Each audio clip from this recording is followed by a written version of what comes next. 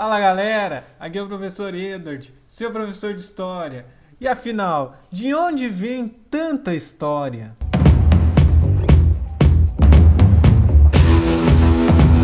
O fato de que nós falamos de coisas que aconteceram há 12 mil anos atrás, 15 mil anos atrás, ou mesmo mais recentes, há 500 anos atrás, mas quem é que esteve lá para ver que isso aconteceu? Quem é que fotografou? Tem um filme sobre isso? Tem um jornal, uma notícia, alguma coisa? Como é que a gente sabe que isso que se está contando na história é de verdade? Principalmente de coisas tão distantes como a pré-história. É para isso que é importante saber o que são fontes históricas e sítios arqueológicos. Sobre fontes históricas, vocês já tiveram uma outra aula anterior.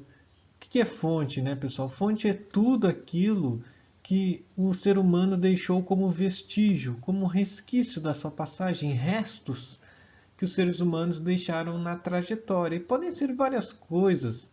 Pode ser resto de casa, pode ser resto do próprio ser humano, esqueletos, podem ser utensílios, objetos que ele usava no seu cotidiano, panelas, flechas, jarro de barro, restos de comida. Tudo isso indica que seres humanos passaram por ali. E é isso que os arqueólogos e os historiadores utilizam para contar a história. Isso são fontes históricas. Claro que mais recentemente nós temos mais fontes, porque o ser humano foi inventando cada vez mais coisas. De tempos mais antigos, como a pré-história, nós temos pouquíssimas coisas. Às vezes uma pintura na caverna, às vezes uns restos de comida, e a partir disso tem que preencher com a criatividade do próprio historiador. Então, esses lugares onde tem muitas fontes históricas geralmente são chamados de sítios arqueológicos. Sítio porque é um lugar que contém muitas fontes, muitos esqueletos, uma cidade perdida às vezes que ninguém conhecia, que estava soterrada embaixo da terra. Isso é um sítio arqueológico e é sobre isso que a gente vai falar mais na aula de hoje. Então, fontes históricas, né, pessoal? O que é? Vestígios produzidos, coisas que o ser humano deixou. Pode ser visual, uma fotografia, uma pintura, aquela foto que tu tira e coloca no WhatsApp, aquilo lá conta parte da tua história. Se o historiador for pegar um dia e querer estudar a vida do aluno tal, de você, ou a minha vida, ele vai pegar lá o seu caderno, que você escreveu no seu caderno, os recadinhos que você deixou para o outro colega, vai pegar suas fotos, as suas roupas dizem o jeito que você vê o mundo, o que você gosta de vestir, o que você gostava de assistir, vai pegar a tua conta na Netflix, lá vai ver o histórico do navegador do teu celular, para ver que sites tu acessava. Tudo isso são fontes históricas para o historiador fazer a história lá, o historiador do futuro, né, no caso dos anos que vem por aí, fazer a história das pessoas que vivem hoje. E assim a gente usa as fontes históricas visuais do passado também. Um programa de televisão antigo que passava é uma fonte histórica, fala sobre aquele momento. Então, várias coisas servem de fontes históricas.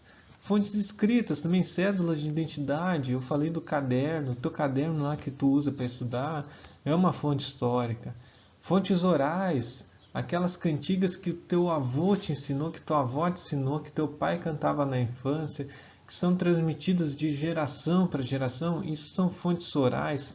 Ou uma entrevista com uma pessoa muito antiga que viveu um fato histórico, uma pessoa que estava lá na Segunda Guerra Mundial, elas estão vivas ainda hoje. E uma entrevista com ela pode revelar uma parte da história que não se sabia ainda, né? Essas são fontes orais. E a própria cultura material, os brinquedos, com que tu brinca? Pode ser o próprio celular, é um brinquedo para muita gente hoje.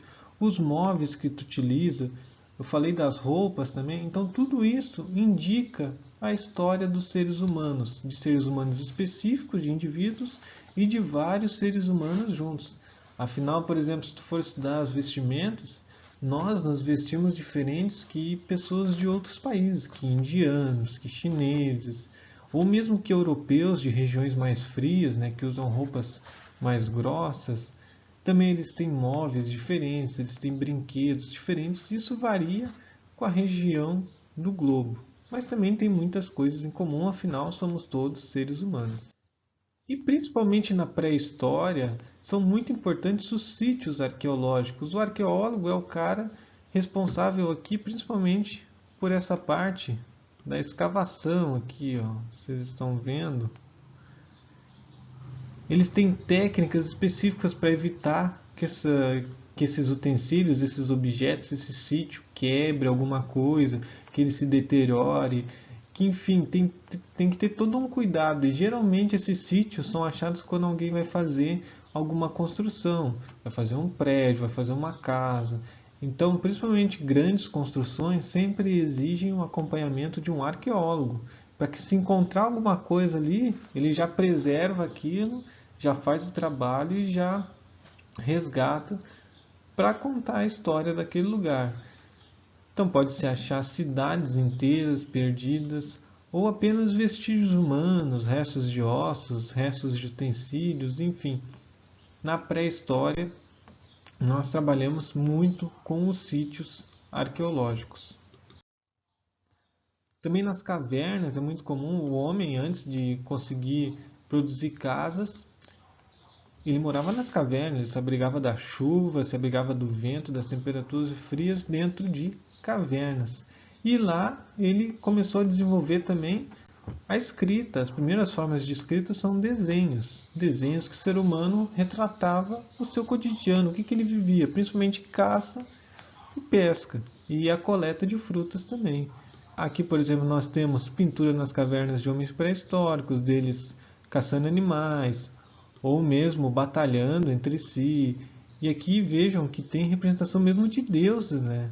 Seres meio humanos e meio animais, com orelhas de animais e tudo mais. Humanos pré-históricos também tinham seus deuses, que geralmente misturavam as duas coisas, seres meio humanos e meio animais, principalmente os animais que eles mais conviviam. Também jarros, cerâmicas, tanto de barro quanto de outros materiais, são muito utilizados para contar a história de seres humanos. A partir desses jarros, por exemplo, a gente pode se perguntar o que eles transportavam. Era água? Era alimento? Transportavam como? Será que não era muito pesado para uma pessoa só transportar? Será que não tinham que ter várias pessoas transportando um jarro? Ou esse jarro era feito também para se alimentar? Pode ser, né? Ou alimentar várias pessoas ao mesmo tempo.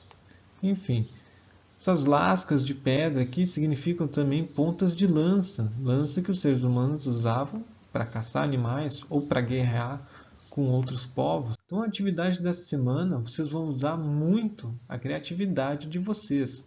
Vocês vão analisar naquela folha que vocês receberam das atividades impressas. Finalmente voltamos às atividades impressas, né, pessoal?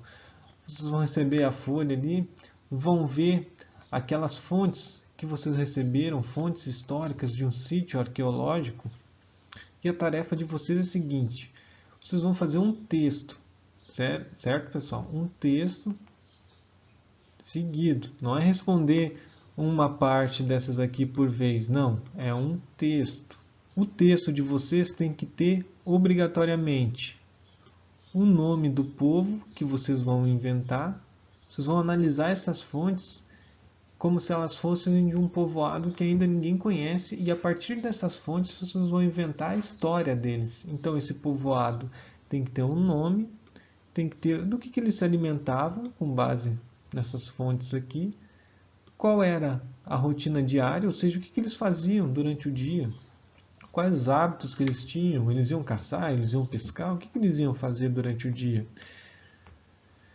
E que tipo de instrumento eles usavam para caçar? Era flecha? Era um pedaço de pau? Era pedras esculpidas? Isso aí vocês vão fazer analisando essas fontes. E uma observação que eu coloquei aqui para vocês, que os povos pré-históricos são, a maioria deles, caçadores e coletores. Ou seja, eles caçavam os animais e coletavam frutas, verduras, legumes das plantações que eles achavam na volta. Eles ainda não tinham desenvolvido a agricultura. Isso é depois.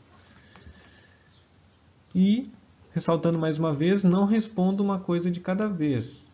Pense assim, colete as informações que vocês acharem de cada uma dessas fontes, organize elas e depois faça um texto corrido de no mínimo 8 linhas. Então é isso, pessoal. Essa foi a atividade dessa semana. Estamos voltando com as atividades impressas. Glória, glória, aleluia. Quem sabe já não em seguida voltamos com as aulas presenciais, hein? Então mantenham as atividades em dia. Qualquer dúvida, me chama lá no WhatsApp, certo?